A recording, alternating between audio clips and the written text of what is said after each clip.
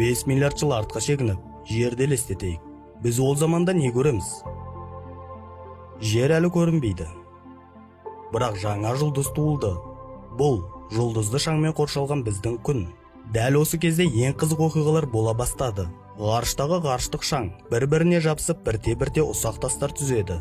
Бұл шынымен сиқырлы, сонымен бірге қарапайым процесс өте ұзақ уақытқа созылды. Тартылыс күші бұл тастарды миллиондаған жылдар бойы біріктірді.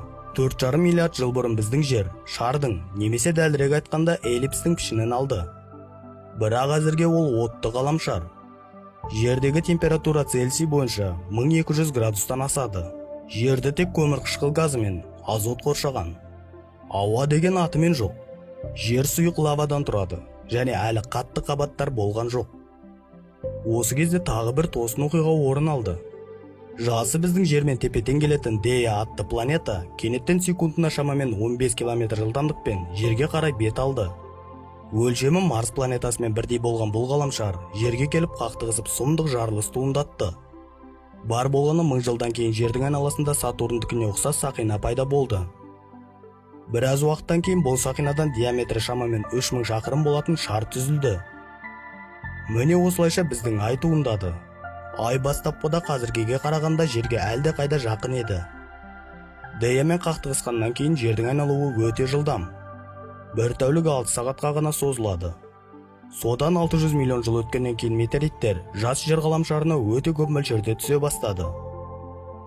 Бұл метеориттер күн жүйесі құрылу кезінде пайда болған. Құлаған әрбір метеоритте аз мөлшерде су болған.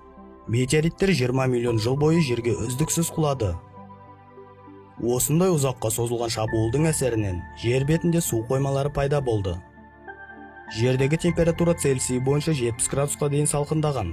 Бірақ жердің өзегі, яғни ядросы, дәл солай ыстық күйінде сақталды. Көп мөлшердегі су мен лаваның жиналуына байланысты планета жер қыртысымен жабыла бастады.